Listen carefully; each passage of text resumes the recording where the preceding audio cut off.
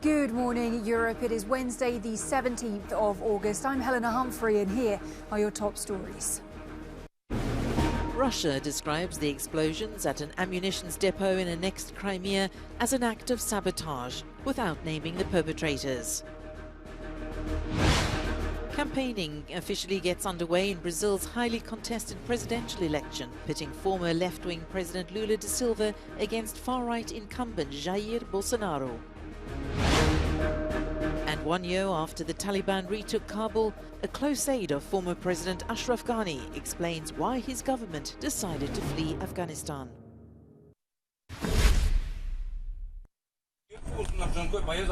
Russia is calling it sabotage. Ukraine is admitting nothing.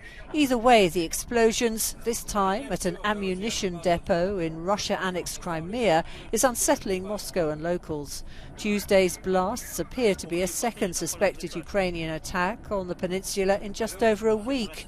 Ukraine's President Zelensky, in his nightly address, warned people in the area to be careful. And the cue to leave Crimea for Russia through the Kerchensky Bridge in recent days proves that the absolute majority of citizens from the terrorist state are beginning to comprehend, or at least feel, that Crimea is no place for them.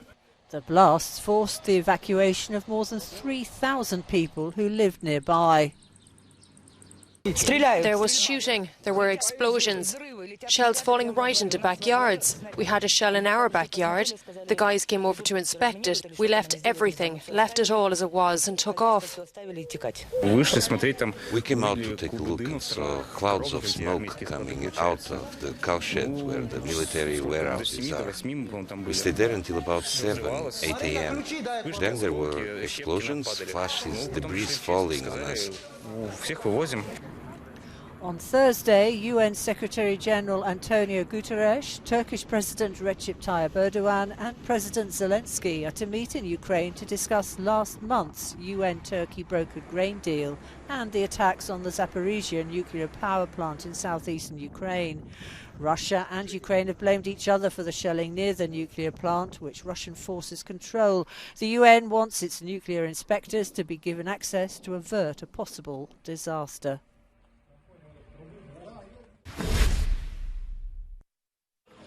As explosions destroyed Russian arsenal in Crimea, fighting continues across Ukraine on multiple fronts. Russian artillery pounds Ukrainian positions in Donetsk. Several homes have been reduced to rubble in the cities of Kramatorsk and Sloviansk, both of which have endured sustained shelling since war broke. The front line has moved little in recent days. Ukrainian forces are resisting the onslaught of Russian troops, encouraged by rumours of defections and divisions on the enemy side. Reports suggest forces of the self-proclaimed Luhansk Republic are refusing to fight in Donetsk, fatigued after months of grueling clashes.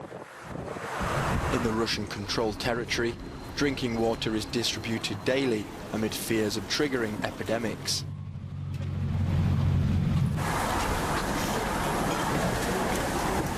There is also mounting fear of the terrible consequences of a radioactive leak at the Zaporizhia nuclear power plant, the largest in Europe. Several strikes have targeted the site, sparking fears of a nuclear disaster. French President Emmanuel Macron called on Russia to withdraw its soldiers from the facility. Meanwhile, there's been a surprise visit to former UN Secretary Ban Kimoon and former Colombian President José Manuel Santos to Ukraine.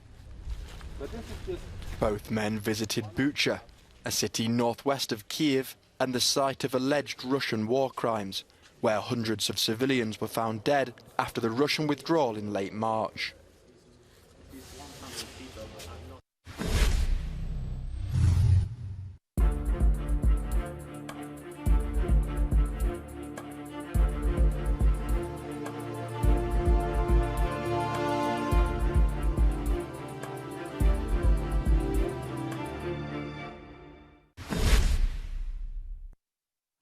Russian President Vladimir Putin has hit out at the United States over the war in Ukraine and rising tensions in Taiwan.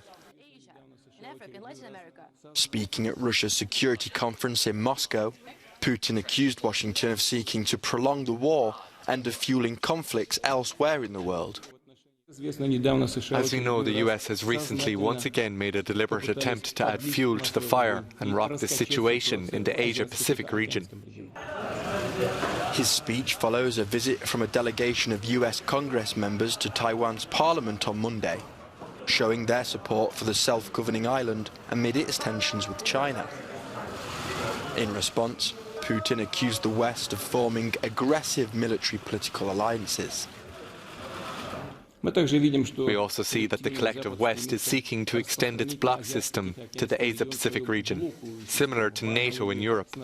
For this purpose, aggressive military political alliances are being formed, such as AUKUS and others. Meanwhile, China has staged fresh military drills near Taiwan, renewing its rhetoric that it would prepare for war over the self-ruled democracy that Beijing's leaders claim and vow to one day seize. Brazil's far-right President Jair Bolsonaro has kicked off his campaign for re-election in the same town where he was stabbed while campaigning there almost 5 years ago. Addressing his supporters, he said he was grateful to the medics who saved him.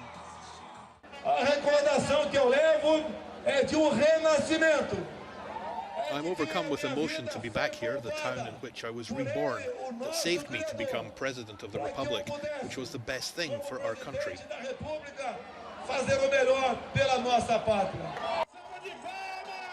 The race in Latin America's largest democracy is a clash between two strong candidates, with all others lagging far behind.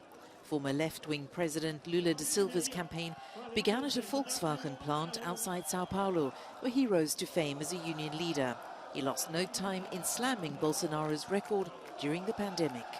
You, the Bolsonaro government, were denialist. You didn't believe in science. You didn't believe in medicine. You didn't believe in the governors. You just believed in your lie. Because if there's someone who's possessed by the devil, it's this Bolsonaro.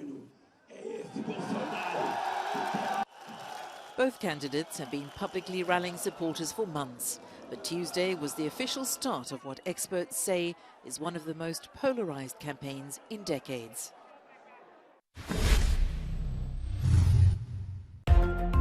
Fierce critic of Donald Trump, Liz Cheney has lost in a Republican primary, falling to a rival backed by the former president.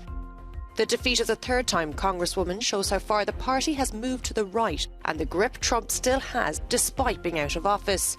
The winner has repeated Trump's false claim that the 2020 presidential election was stolen. US President Joe Biden has signed into law a €726 billion Inflation Reduction Act, which includes €368 billion to fight climate change, the most significant federal investment in history in the issue. The signing ceremony came just days after the House of Representatives approved the legislation in a party-line vote. A flagship of Biden's agenda, the bill could prove a boost ahead of the midterm elections.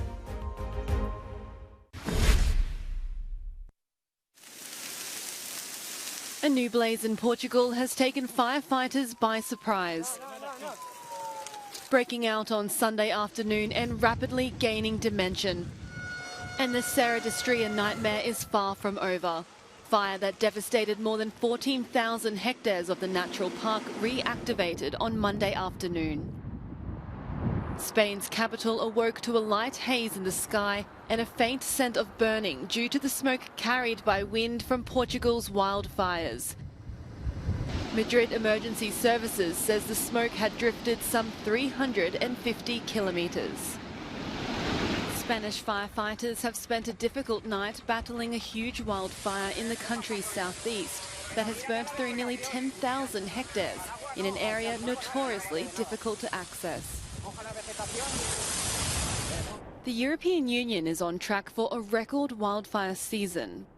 Spain, Romania and Portugal are the worst affected EU members. France has also been hard hit, with more than 60,000 hectares burnt as of this week, surpassing the country's total for the entire 2019.